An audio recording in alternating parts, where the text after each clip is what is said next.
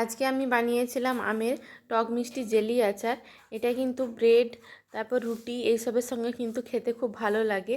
তো জ্যাম যেইভাবে পাওয়া যায় ঠিক জ্যামের মতো নয়, কিন্তু এটা খেতে কিন্তু জ্যামের মতো ব্রেড দিয়েও খাওয়া যায়। তো ব্রেডের সাথেও কিন্তু এই জেলি আচারটা খাওয়া যায়। তো আমি এটা কিন্তু ঝাল দেইনি, যেহেতু আমি মেয়ে আবদার করেছিল তাই জন্য বানিয়েছি। তো আমি ঝাল ছাড়াই বানিয়েছি। আর এটা কিন্তু ঝাল ঝাল টক ঝাল মিষ্টি যে যে আচার হয়, জেলি আচার, সেটাও কিন্তু বানিয়ে নিতে পারেন।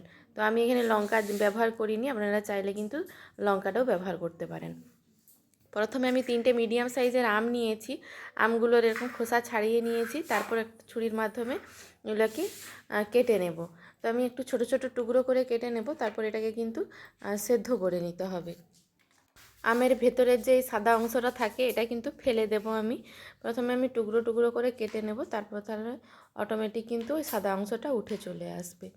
তো আমি এরকম ছোট ছোট টুকরো করে কেটে নিয়েছি। আপনারা চাইলে কিন্তু একটু বড় সাইজের করেও এই যে লম্বাভাবে যে আছে ওই রকমভাবেও রেখে দিয়ে দিতে পারেন। এটাকে খুব বেশি না, আমি 5 থেকে 6 মিনিট মতো জলে একটু ভাপিয়ে নেব, তাহলে কিন্তু বেশ ভালোভাবে সেদ্ধ হয়ে যাবে। আমের কিন্তু এখনও আঁটি হয়নি, আমগুলো খুবই নরম, তাই কিন্তু খুব বেশি সেদ্ধ করার প্রয়োজন হবে না।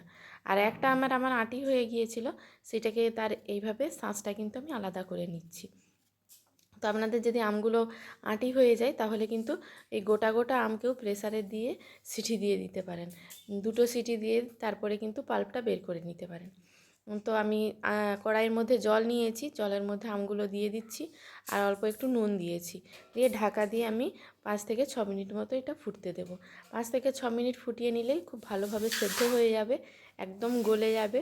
তো দেখুন খুব ভালোভাবে কিন্তু সেদ্ধ হয়ে গেছে। আমি এখানে একটা পটাটো ম্যাশার নেব। পটাটো ম্যাশারের মাধ্যমে কিন্তু আমগুলোকে খুব ভালোভাবে ম্যাশ করে নিতে হবে, তাহলে কিন্তু আমগুলো একদম গলে যাবে। দেখুন এইরকম ম্যাশার দিয়ে আমি এইভাবে প্রেস করলে কিন্তু খুব ভালোভাবে আমগুলো গলে যাবে।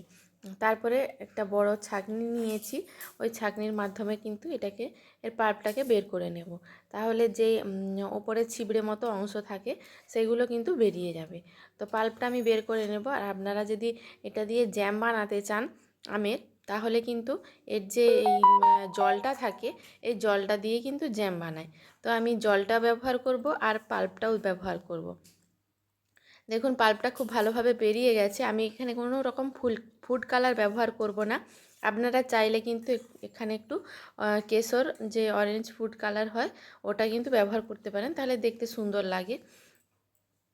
কিংবা যদি কাঁচা আমের জেলির মতো এটা বানাতে চান তাহলে কিন্তু এখানে গ্রিন কালারের যে ফুড কালার সেটাও ব্যবহার করতে পারেন। তো আমার এই আমগুলো কিন্তু এটা কাঁচা মিঠা আম ছিল, তাই কিন্তু আমি চিনির পরিমাণটা খুব বেশি রাখিনি, অল্প রেখেছি।